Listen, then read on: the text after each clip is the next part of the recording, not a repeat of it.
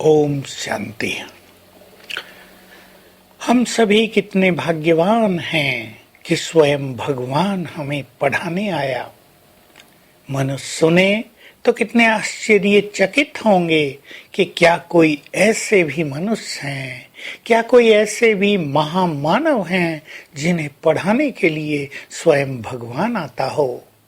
और जब भगवान टीचर बनकर आएगा तो सोच ले वो क्या पढ़ाएगा। वो सब कुछ नहीं पढ़ाएगा जो संसार में पढ़ाया जाता है। वो पढ़ाएगा जिसकी मनुष्य को जरूरत है। स्वयं का ज्ञान, परमात्मा का ज्ञान, सृष्टि चक्र का ज्ञान, माया का ज्ञान, पाप और पुण्य का ज्ञान, राजयोग का ज्ञान, मुक्ति और जीवन मुक्ति का ज्ञान। यही ज्ञान आकर उसने हम सबको दिया है। और जैसे हम जानते हैं, ज्ञान से विवेक का निर्माण होता है, ज्ञान से बुद्धि का विकास होता है, बुद्धि की स्थिति ज्ञान से बनती है। ऐसे ही कह सकते हैं कि ज्ञान ही बुद्धि का निर्माण करता है। हम सभी को दिव्य बुद्धि प्राप्त हुई है। दिव्य बुद्धि किसे कहते हैं?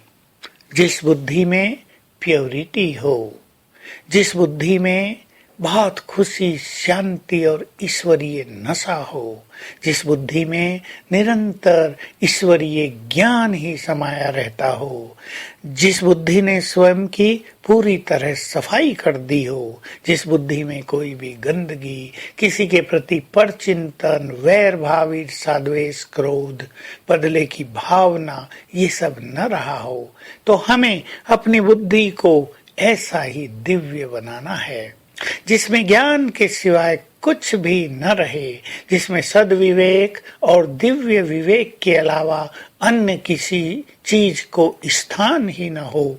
जब हमारी बुद्धि ऐसी बन जाती है, तब उस बुद्धि में निवास करते हैं स्वयं दिव्य बुद्धि के दाता, स्वयं परमपिता। अर्थात हमारा योग सरल हो जाता है।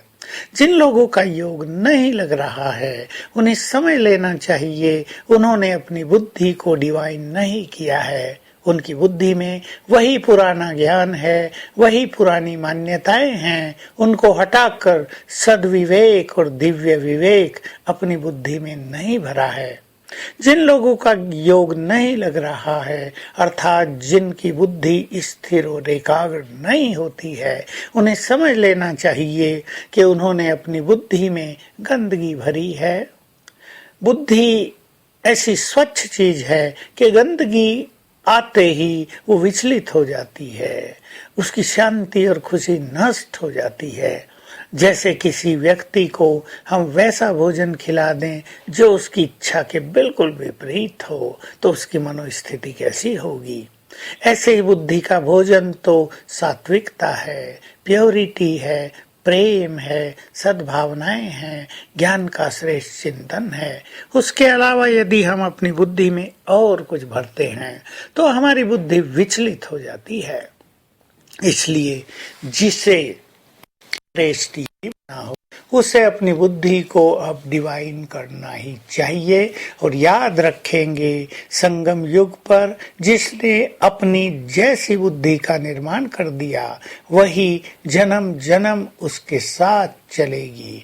जो व्यक्ति यहाँ बुद्धिमान हो गया, वो जन्म जन्म बुद्धिमान रहेगा। और याद कर ले, बुद्धिमान वही है जो अपनी बुद्धि को एक शिव बाबा पर एकाग्र कर सके। बुद्धिमान वही है जो संगम युग पर वो प्राप्त कर ले जो केवल अब ही प्राप्त किया जा सकता है। बुद्धिमान वही है जो अपना सर्वस्व बलिहार कर दे अपने परम पिता पर। बुद्धिमान वही है जो सर्वश्रेष्ठ भाग्य का अधिकारी बन जाए, जो स्वर्ग का राजभाग्य प्राप्त कर ले।